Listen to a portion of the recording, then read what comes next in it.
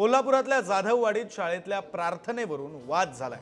मेरा खुदा बडा है, रहमत करो खुदा ही प्रार्थना म्हणायला लावल्याचा पालकांचा आरोप आहे आणि यावरून वाद निर्माण झाला। शाळेसमोर पालक एकवटले आणि पोलिसांचा सुद्धा मोठा बंदोबस्त पाहायला मिळतो। कोल्हापुरातल्या जाधववाडीत तणावाचं वातावरण हे निर्माण झालं।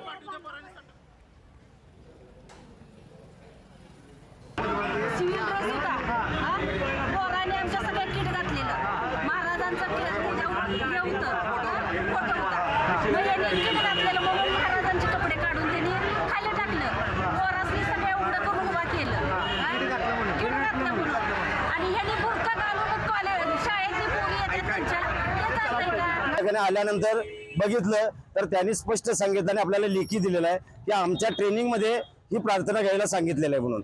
तसं त्यांनी लेखी दिलेलं आहे, आपण लेखी त्यांच्याकडे घेतलेला आहे। त्याचप्रमाणे ह्या एका विषयामुळे अनेक विषय या ठिकाणी उघडीस आले की ज्या दोन मुलांच्यात भांडण झालं म्हणून त्यांना संडास धुवायला लावलं। या ठिकाणी टिकली लावू नये, बांगड्या घालू नयेत, म्हणजे ही पाश्चात्य संस्कृती अत्यंत निषेधार्थ आहे। आणि या ठिकाणी आपण 2 दिवसामध्ये तोंडावर निवडणूक आहे, महानगरपालिकेचे आयुक्त आणि शिक्षण अधिकारी जे इथं शिक्षक आहेत त्या सर्वांच्यावरती ताबडतोब कारवाई करून सस्पेंड करण्याची मागणी करतो। मनोबा प्रिन्स शिवाजी विद्या मंदिर जाधववाडी शाळेमध्ये दिनांक 19 नोव्हेंबर रोजी परिपट्टा वेळी एमत कहो खुदा से ही प्रार्थना घेतली असता या प्रार्थनेवर काही व्यक्तींनी आक्षेप घेतलेला आहे आणि त्यानुसार ते लोक आज विचारणा करण्यासाठी आले। आणि ही प्रार्थना मी या शाळेत हजर होण्यापूर्वीपासून सुरू आहे, घेतली जाते आणि नागरिकांची तक्रार झाल्यामुळे सदरची प्रार्थना ही आम्ही आजपासून घेणार नाही असं त्यांना लेखी खुलासा दिलेला आहे।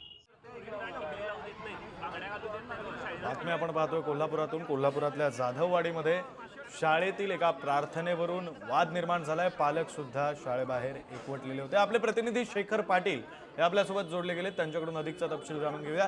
शेखर, कधी नेमका हा सगळा प्रकार घडलेला आहे? पालक नेमके कधी जमा झाले होते? त्यानंतर आता शाळेकडून स्पष्टीकरण देण्यात आलेलं आहे की इथून पुढे आता ही प्रार्थना घेणार नाही असं आम्ही लेखी दिलेलं आहे। शाळेतील एका प्रार्थना